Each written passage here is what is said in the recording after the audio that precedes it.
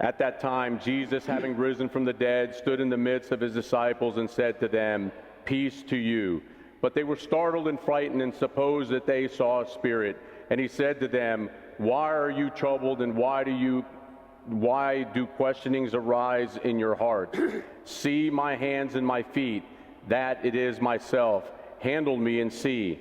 For a spirit has not flesh and bones as you see that I have."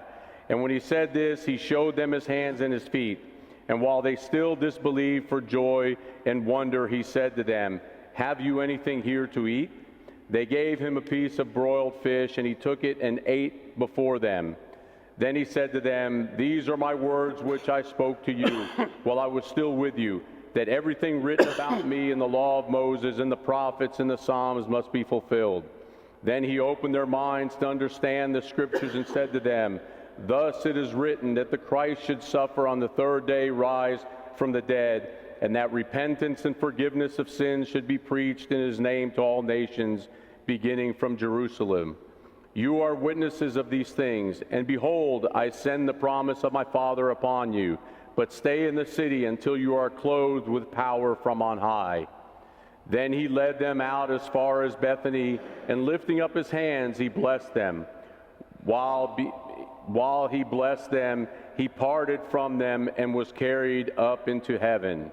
And they worshiped him, and they returned to Jerusalem with great joy, and were continually in the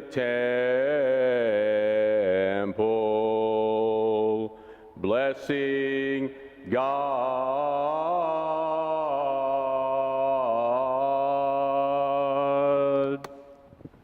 Can someone do a quick Greek translation for me?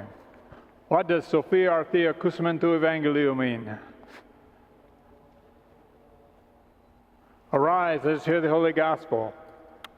Why is everybody already standing? It's almost like you're disobeying the priest. You stay seated during the epistle so you can enjoy the whole epistle, and then you arise when the priest says to arise.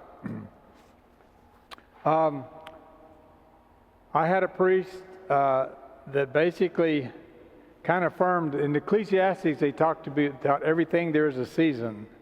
He talks about Lent. He's glad when it starts and glad when it's over. And we're kind of at the end of it.